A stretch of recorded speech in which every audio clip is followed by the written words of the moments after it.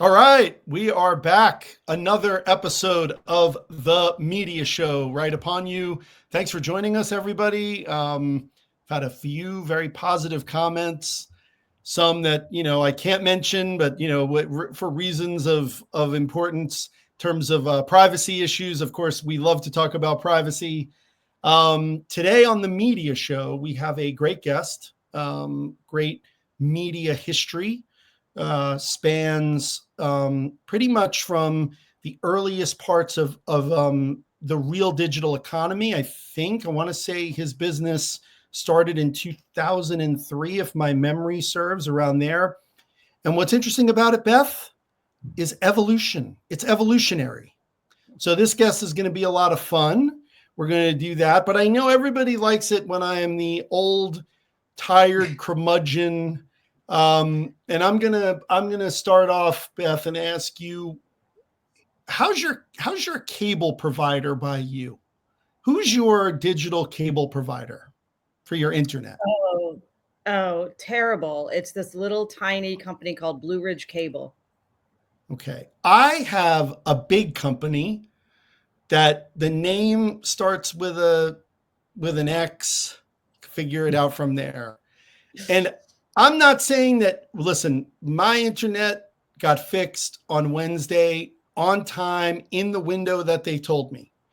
Why I am talking to you about it is simply because my experience with the AI bot, whatever it was, assistant last Saturday nearly put, and I wore my age, if you guys can figure out, put my butt into the local hospital because it put me in a loop over and over again, asking the same question of why my internet wasn't running. Keep in mind, they had alerted me to the problem and they kept saying that the problem was resolved. But as I was on the call, it was dropping.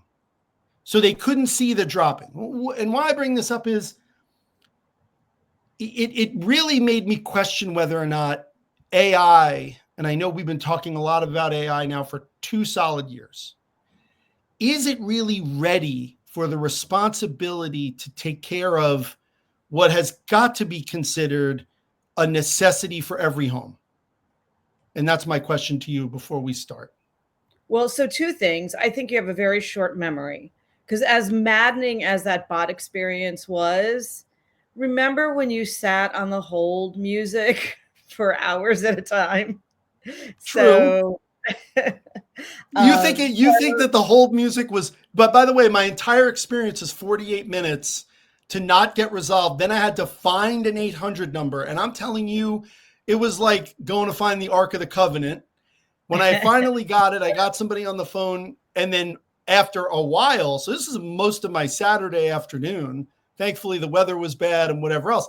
But I finally got my appointment all resolved. So I'm very pleased, Comcast and Xfinity. I'll name you guys out here, but we're all done. But that is my start off, because everything that I do essentially lives and dies off of that cable coming into my house and handing off the signal to the rest of the devices now. There's no phone, right? Other than my cell phone, right? But in other words, there's no physical phone anymore. There's no, this is not a TV antenna problem or a cable problem. This is everything. You're coming in one device. I'm wondering, where are we going with these AI assistants? Yeah, to your original question, no, it's not ready. And we can and probably should do a whole show on Sam Altman and what he's done to AI. Yeah. But no, it's not ready. One of the famous examples is one of those customer service bots that ended up like refunding somebody $70,000 for a plane ticket or something. Damn. And where was I on that one? I know, right? The whole problem is what people forget about AI is because it sounds so human, because it sounds so real, AI is nothing more than zeros and ones. It lacks all context.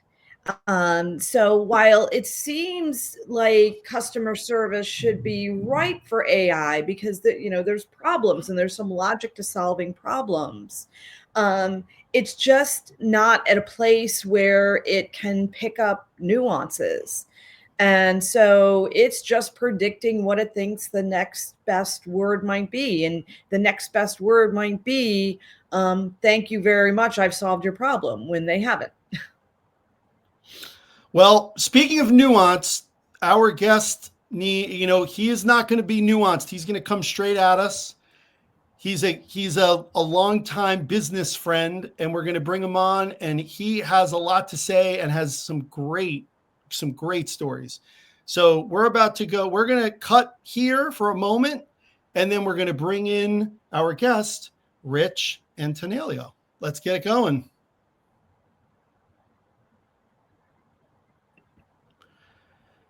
Okay, Rich, what's going on? Welcome to the show.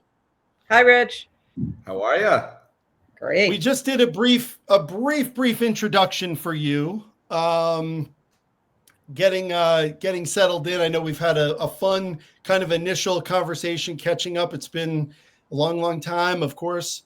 But I wanted to start off, number one, give you a solid introduction, and what I know and what we just talked about, I think is fascinating. And I think it's a thing that, in looking at your past podcasts and other media, maybe you haven't actually touched on, but you actually brought it up, which is something that I really appreciate.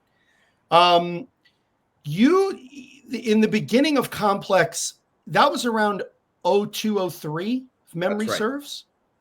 Correct. So Complex is a magazine, right? Which it warms my heart, as Beth knows, right? I think I was right around that time, Beth, where I was probably walking in with my media kit to, talk to your assistant planner. I only knew you as a name on an office wall.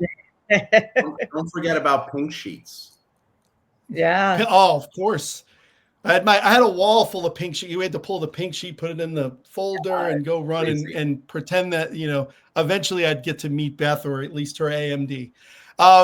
So at that juncture, you and partner Mark Echo building the brand. What's amazing about Complex, which I think that most people don't remember, and I had to kind of go back and talk to an old business partner of mine and do some homework on this, is the evolution of the brand. And why I bring that up today is because the conversations that we've been having outside of our picking on and fighting over privacy with Google and other big stories that we are following almost like on a second track, is this: what's going to happen with the internet as a either open web product, or even open web doesn't make much sense in the sense of that you're taking most of this information in on walled gardens. Where is this going in terms of content? And I can't think of anyone, Rich, and I'm serious. This is no BS. I can't think of anybody who might have more experience of changing direction rapidly, going from magazine to website, video, everything, network, the whole gamut. And now running a new Uproxx, which is unto itself a great brand and has great brands inside of it. Love to talk to you about that. And then obviously we have some other questions if we can get to it. If not, I think Beth and I are both in agreement. We want a part 2 here with you to maybe go deeper. But I was going to start there. Beth, anything to add on that? No, Rich, tell us your story. Yeah, look, my background before Complex heavily informed the ability to iterate, innovate, do a combination of innovation and iteration, right? And I think that's going to be a theme that I'm going to talk about a little bit here, that I think is very important. You talk about all of I hate the word pivot, right? It's a VC word. It Don't also Fisher and Scott Galloway. Well, and we're going to leave the Friends pivot with the couch thing off to the side, right? But pivot, it infers something that I don't like, right? It infers that you're leaving something else. because and you're like, I'm not doing this and I'm going to do that. And, the beautiful thing that we did with Complex is each of our iterations was either a massive innovation, like something nobody else was doing in the space, or a major iteration, and it was accretive to the rest of the business. Very rarely did we turn our back on the medium. Like it took us, we didn't stop publishing the magazine, even though we launched the digital ad network at the end of 06, beginning of 07. We didn't shutter the magazine on a regular publishing schedule until 2016. And we never stopped doing magazines, like special editions and other things like that. I know, I remember that. Yeah. Really accretive. So I want to make sure, I'm very specific about words I use, right? Yeah. So, but my background was Saatchi & Saatchi. I worked on Procter & Gamble and on a whole bunch of liquor brands. And I launched Goldschlager. And then I went over to Wenner Media and I worked at Rolling Stone and Men's Journal. And us, we did the corporate thing for a minute. And then I launched a magazine called Adventure inside of National Geographic. And what I didn't realize at the time, it was not intentional for me, but I got the taste for entrepreneurship, but I did it with a net underneath me, right? I called it intrapreneurship. So we launched something new inside of a larger entity. So it's kind of like being an entrepreneur on training wheels, right? Whereas being a real entrepreneur, not an intrapreneur, there's no training wheels. There's no net and there's no training wheels. So that prepared me to be able to be a better entrepreneur. And I'm not criticizing younger people. I think it's more of an experience thing. Unless you've had exposure and experience and have a historical reference catalog and bag to pull from and understand what works and what doesn't and be able to forecast, that experience allowed me to be much more dynamic in the manner in which we operated Complex. How did you know that the network would work? What was where was that coming from? So you had a lot of competition. Well, you got to remember, hold on a second. Let's take a step back. Okay. We did and we didn't really. And let me explain, because we approached it very differently than everybody else. In 2006, think about the internet.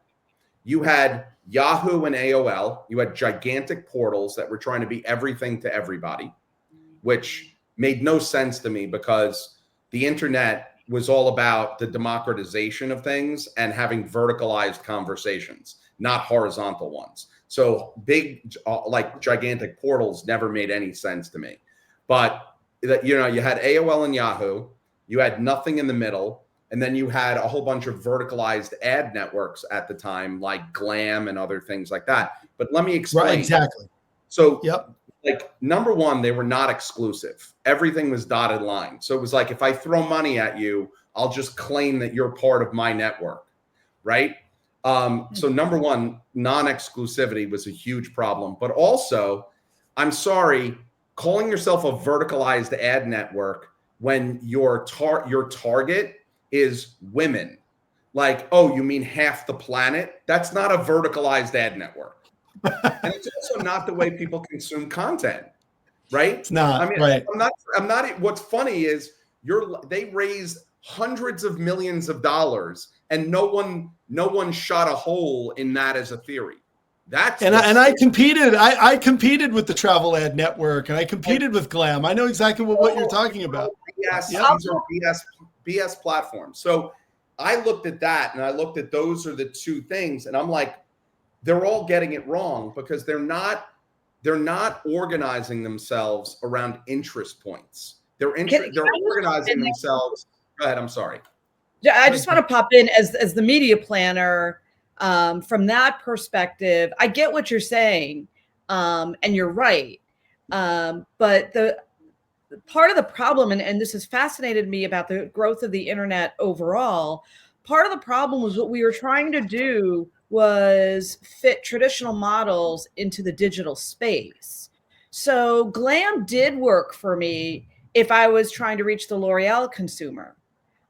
Because all I was doing was, rather than saying, I'm going to buy Allure, I'm going to buy this network. So you're right, but we were thinking all right. So here's, and look, I'm a former agency person as well, on the media side as well. So let me say this. Here's my argument of why I think glam might have worked from an optics perspective. I actually question the validity of it really working. And here's why. So like, not only was there gigantic target audience women, but a greater preponderance of their reach and scale were non-quality assets. Mm-hmm. So here's my bash of glam versus like, look, Allure was not Vogue, but it was still a high quality magazine that had a very deep connection specific to the brand and the tone of that brand. And the deeper the tone and relationship you have with a consumer, the more influence you have over that consumer. Glam had zero influence over any of their consumers.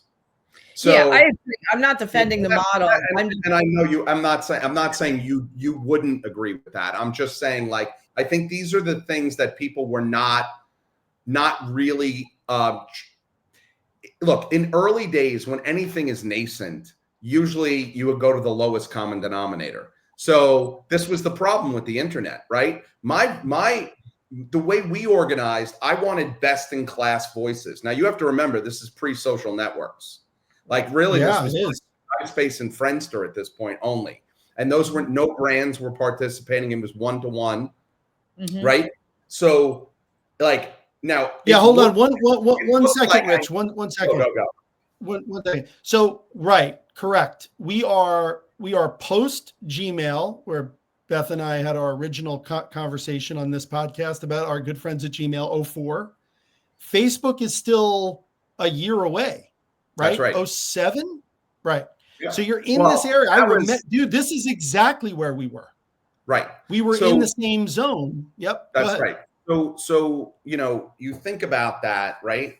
And we were a huge anomaly in that we went for best in class voices. I took my magazine experience and the fact of like understanding brand and the quality of that, what magazines, and this was the irony for me. Like, I remember arguing with people at the MPA about this all the time. They would sit there and they would talk about their product, and they thought their product was the paper and the content on the paper. No, wrong. That their product was the impact and influence of a very specific, very affluent, massive target audience that they had a disproportionate amount of influence over. That was the product they were selling. They would get lost in the distribution and not really understand. It's why most of them were not able to make a transition into digital effectively, right? So I was like, yeah, well, I mean, look, dude, they're all the roadkill. We were an anomaly of anomalies, right? I mean, how many people really transitioned effectively from a magazine into digital? Really? I would argue that there are almost none other. I mean, maybe you could say the New York Times as a media entity has done it. Newspapers are different. And news outlets. I'm saying I mean, I can say this because I was at AMI from 2011 to 14, right? I oversaw all digital on all those titles. I ran Travel Savvy from a magazine to a digital magazine to a video platform product. And often what, you know, and that I hear now is, if you asked my 20-year-old, forget the 15-year-old, the 20-year-old, if he knows Condé Nast Traveler or Travel and Leisure or any, no way. If you said travel to him, he would tell you, well, Dad, I'm going to go on to kayak. Right? I got news and for if you. You were going to go, I'm going to do you one better. He might end up at kayak, but where he's going is he's following his favorite travel influencer on TikTok. Oh, for sure. That's what he's right. really. That's right. That's right. So That's correct. And, you know, and I think I mentioned to Beth. That's the one for one, the transition, Yeah, right? Beth and I had this conversation. I was my last year at AMI just before I jumped back to 495. I had one of my salespeople and maybe one of the editors walk into my office, hand me, I want to say it might have been that dude, Michael Chang. I was running part of the team that ran Muscle and Fitness. I was the top of Muscle and Fitness. And somebody brought in, Michael Chang had more Instagram followers, social media than Muscle and Fitness by 2x. I'm surprised it's only 2x. At that point, it was only 2, but now it must have been, who knows where it is now. But to your point, who's done it? I don't even know a magazine that has done it, which makes you a very interesting conversation for me, right? Along with maybe a few others. I mean, obviously with some news last week at the Atlantic and some other magazines that have done, important things.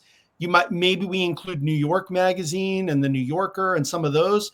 But for the most part, most of the titles that we were, Beth and I also said the other day, we remind everybody, there was a line he used to say, you can't get fired buying people. Where's People Magazine? Well, where's Sports Illustrated? All that's transition now. It's not a brand anymore. It's like there's a couple of premium sectors and a couple of premium players. The amount of must buys is smaller now than at any time in any media environment of all time. Period. End of story. Like even when there were 50 years ago, when there were a handful of choices, you had more must buys than you have today. That is a frightening. So Rich, yeah, I want to ask a question. Do you, as somebody who's been in publishing, ad agencies, Beth, ad agencies, myself in publishing, it's important for me in the world where I live and work, the walled gardens, particular, the ones that control a lot, which are YouTube's and Google and whether it's LinkedIn for business or Facebook for casual and Instagram. Are they publishers in your mind? Are they now the publisher? No. Okay. No, I do not think of them as publishers at all. In fact, the last thing they want to do is get into that business, right? What they want to do is they want to have as much control and influence over anything that is a publisher, right? Like I'm talking about the creators, the influencers, the brands of yesteryear, the individual sports people, like whatever it is, right? They just want control over it, but the last thing they want is any sort of capital expenditure against that from a P&L perspective. That would really adversely affect their quarterlies. Well, sure. I mean, it would also expose them. But yeah, go ahead, Beth. Let me give an anecdote on that too, going back to your 20-year-old. So I just had an assignment in my class where the students had to take on the role of the sales rep, because we don't teach them that. We teach them to go work for an agency. So they have to play sales rep and sell the client on whatever property. They get to pick a handful of properties. I had more students who decided to work for Instagram, and their Instagram solution for the client was an influencer. I'm like, you just took money out of your pocket. So as much as they are into these influencers, they don't understand how it works. How much of that is them not understanding the way Instagram and Facebook makes their money, though? Like, did they understand that? Like, did they understand the power, the amount of scale from an audience targeting perspective that those platforms have? Well, if they had actually read the chapter in the textbook that I wrote, that I assigned to them, they would have. But no, they don't. That's scary. Well, it's very interesting that they don't even realize how they're being targeted. Like, right. If it's not hard as a consumer to figure out what you're being fed, not just from an ad, like your ROS ads, but also your algorithm, So Yeah. if you haven't figured that out, they're really detached from, like, they're not going to be the big thinkers in media and advertising if they haven't figured that out yet. Yeah. The model, Rich, the model I wanted to ask you to talk about is, and because we're now deep into this, is you Complex almost alone, right? You have photo editors, you've got writers, editors, photo I'm not editors. there anymore, but Right. yes. No, I understand. I'm saying take me back to 03. In 06, you create the network. Are you guys, because you mentioned before your dislike of the word pivot, and I get it. But at this point, you're transitioning the business. Are you conscious of the idea that people are going to be looking at this like, we don't really need, the real power here is the written word, it doesn't matter. It's where was your mind at this point? So number one, you have to remember, it's not just that we were a magazine. You have to remember even more so the topics that we were covering, right? Like, we were covering things that were normally in the past fringe. So like, one of the reasons I wanted so aggressively to get into digital with the brand was not only because magazine revenues were getting a little shaky. That was part of it. But really more so is I started to watch consumption patterns change. And when I'm talking about that, I'm talking about the topics as well. Niche topics like sneakers, and now it's different, but like back in 03, 04, 05, that was a niche topic. None of the fashion magazines were covering it. GQ was doing like, leather bottom shoes, luxury watches. But like, we were an anomaly of anomalies. We had 8 to 10 pages per issue just about the hottest sneakers and sneaker culture as well. Right. And that was always going to be limited in a magazine. What was different was the amount of people that you could find and reach around a conversation on sneakers when you opened it up and made it free from an internet perspective was off the charts. There was this little site, it was a chat room called Nike Talk. And I was like, oh my God, this is and by the way, it wasn't run by Nike. It was run by a whole bunch of kids that were just Nike dominant brand. So it was insane. And I'm like, how I let somebody usurp us as the ultimate cultural namesake and purveyor and crowner of what was relevant from a youth culture perspective. Like, I was pissed, to be honest with you. They weren't making any money, but they were taking attention away that content. The content. Our time and attention. Right. Yeah. So, my viewpoint was, okay, we're not going to change. And by the way, this was a strategy that got carried through, not just pivoting from a magazine to the digital ad network, but carried through to all of our different iterations. Right. We were so early, and we were like the ultimate and most credible resource from a youth culture perspective for all of these new sectors that were disproportionately driving youth culture. Hip hop as a culture, not just hip hop music, but hip hop as a culture. There were a lot of hip hop magazines, The Source, XXL, but those were hardcore music magazines. Where was hip hop? Hip hop as a culture was redefining youth culture at that time. We were the only people discussing it.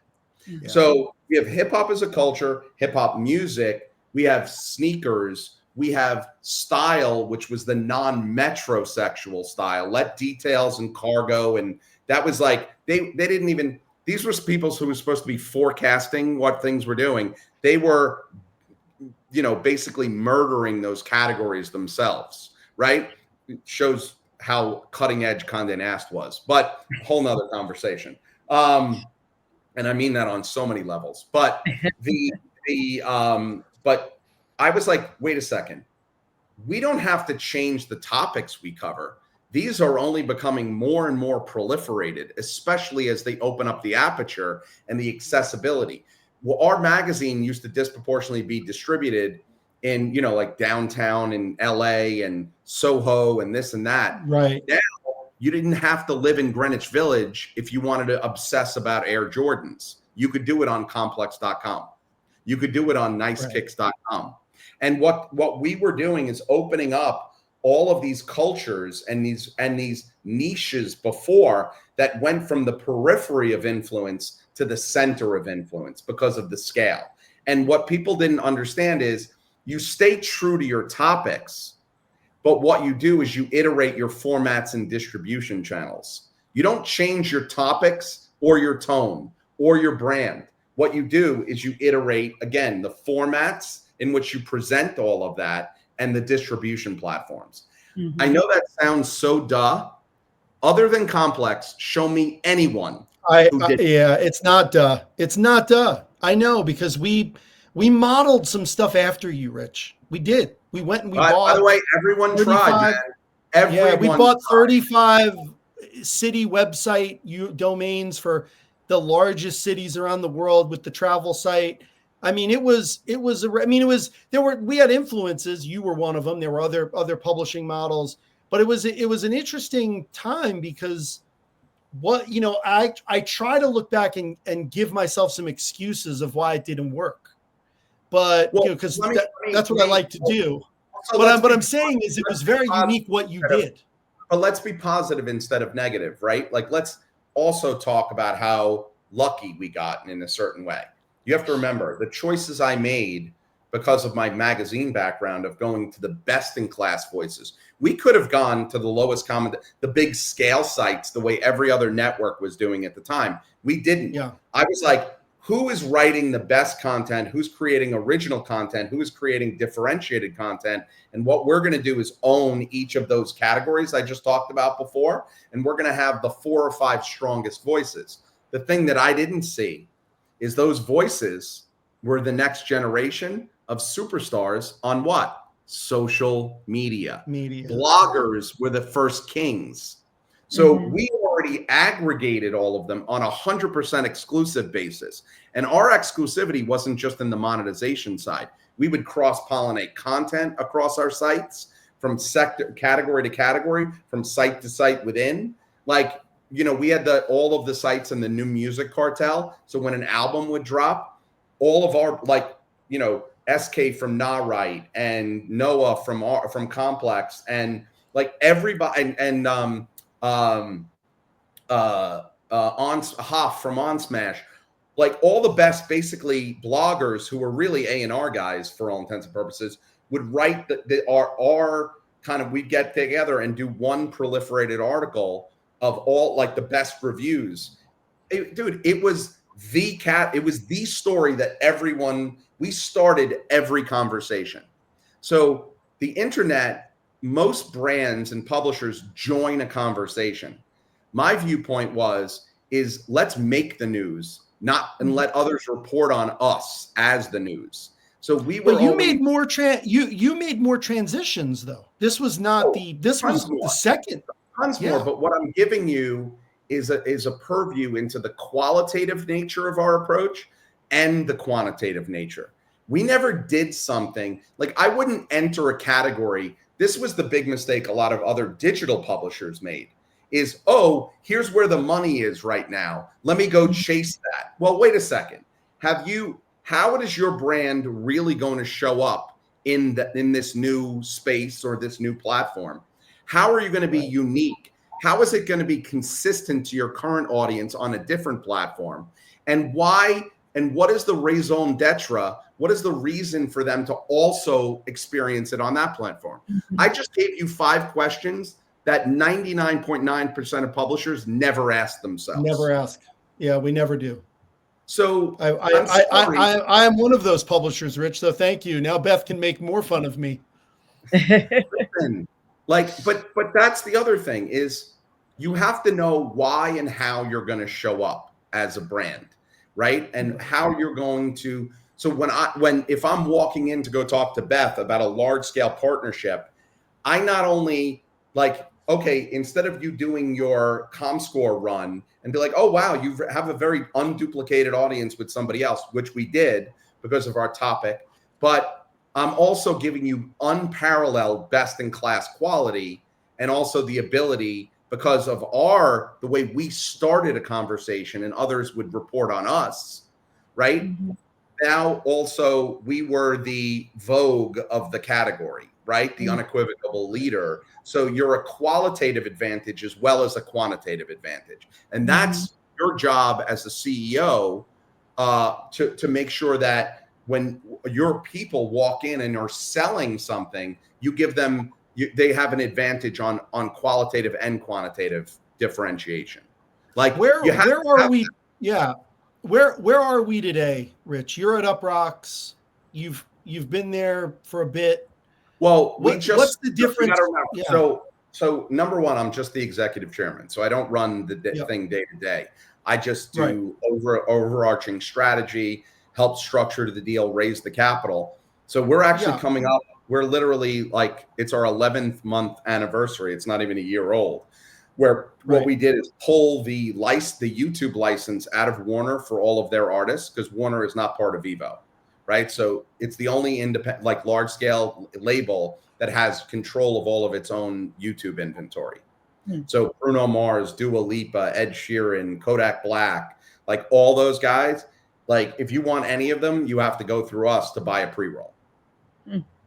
Right? So we have that plus Uproxx, Dime, and Hip Hop DX. So what this really is now is an iteration.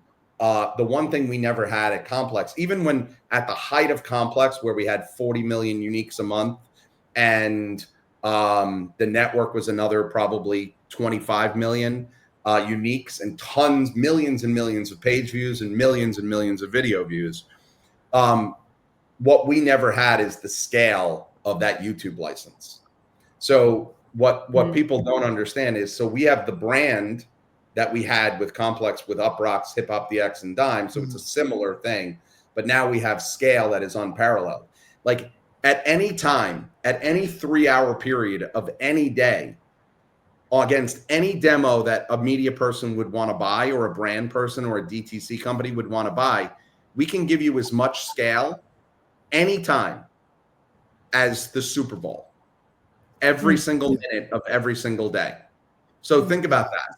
You want to reach 18 to 24-year-old AA, African-American, 100,000 plus income, like, it's like, all right, we'll give you as many, if not more, than the Super Bowl. And think about it, it's against a premium backdrop. So it's someone who's clicking to go, I want to watch the new Kodak Black video, and they have to get through your ad. So it's a super premium context and environment, and it's super targeted, and the scale is off the charts. So you combine that scale with the brand, and that to me is the right solution. As Beth, as you know, right now, if you look at the digital landscape, you have to choose. Do you want undifferentiated scale, or do you want highly differentiated brand with very little scale? And then a person has to put together something. Technically, we're a one-stop shop. You don't have to choose between scale or brand. To me, that just made so much sense in the way we kind of structured this deal. And like I said, coming up on our year anniversary on April 22nd. Unbelievable. Yeah, it's a great story. And I definitely want to touch on that. And I don't know, Rich, I'm already feeling like a second appearance is going to be mandatory, because I did want to transition. I know Beth and I of course read your post about, it's now, I think over the weekend, maybe you posted it about middle management, and why I wanted to bring that up was I was kind of thinking the same thing. Right. And we've talked, Beth and I, and we have a few minutes left here, and I wanted to just give you an opportunity to talk about it, because I was on another event on Tuesday of this week, and somebody saw that post. As I mentioned before, I'm a humble brag. I got it on Facebook. This person got it off of your Twitter feed. They don't know you like I did in business, but in other words, it hit people. And I think it's interesting. Yeah. I've had 4 people write articles for other outlets based on my story. So if you could give us a couple of minutes on that, I wanted to get your thought process, because I mean it's a very thoughtful post, and it actually hit me pretty hard. Yeah. Well, look, it came out of pain. I'm watching a lot of my friends who are very smart, very talented, were very successful, who have been either shown the door, or, where they were working was not working any longer. And it's like they turned around because, for the last 15 years, digital was an explosion, right? Like up until let's say the last probably 4 years. And it was this explosion where there was always a new opportunity. And, you started to see people, if you looked at people, CVs, you see how many jobs most people have. Like, I'm an anomaly. I spent, almost 21 years building Complex. That's an anomaly of anomalies, right? So, yeah, sure. But you have a lot of super talented executives who've done a ton, and basically they're cobbling together, gig economy consulting and advising gigs at this point. And these are people who were making, 250 to 400 or 500 grand a year. And, there's so much, there's a societal layer to this where I hope that those people saved money and are not, because I don't think they're getting a job ever again. Like, and definitely if they get one, it's not paying the way it paid. And, so you have this lost generation of really talented people. And then there's the secondary, there's so many layers to it, but there's a commentary where, look, I love efficiency and I love an effectiveness increase. I think most people use AI improperly and are still using it or looking at AI as a solution in a different way. Like, to me, to make something very simple on the AI side, like if you have a content team of 45, 50 people making content, I think most leaders are lowest common denominator strategy right now. They go, all right, if I go AI, I can take that down to 25 FTEs. I would go the other way. I go, if you had 50 people making 200 pieces of content, instead of getting 25 to make 200, why don't we get 50 to make 1,000? Exactly. Make it better.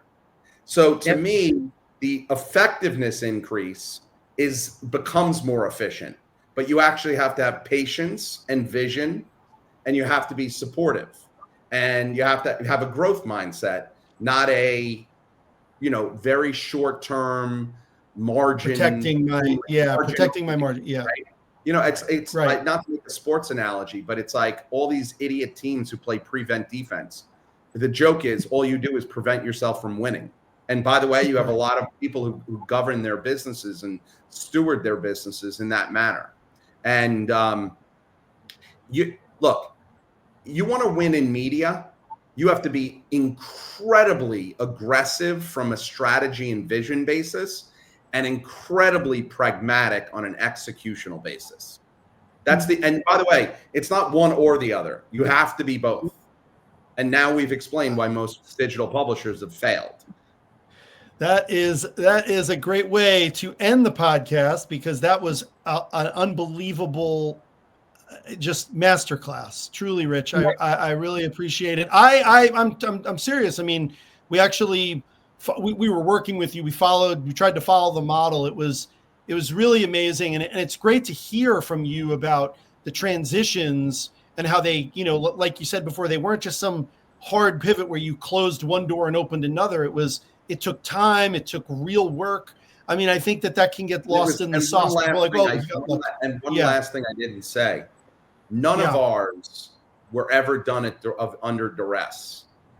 It was always, we were in front of the marketplace trying to define where the marketplace would go, rather than wait to see somebody else try it and be the caboose and along for somebody else's ride.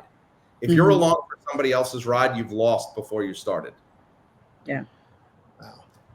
Beth, any last words? No, Rich, thank you so much for joining us. This was perfect conversation. This is great. I am going to line you up for another episode because I've got 2 other topics that I have here that I want you on, Rich. And when I get to the East End of Long Island, well, I'll find you. Don't worry, you for sure. Thanks everybody for joining us. Rich, I can't thank you enough. Beth, my host, the boss. I'll talk with you soon. We've got some really big guests coming up. I've got a really big surprise guest coming onto the show, Beth. I'm not telling you who it is. They're going to show up just like kind of like Rich. It's going to be like, hey, here he is. So we're going to have some fun over the next couple of weeks. Rich, thank you so much. Beth, I will talk with you soon. The best. Thank you. Thank you. All right.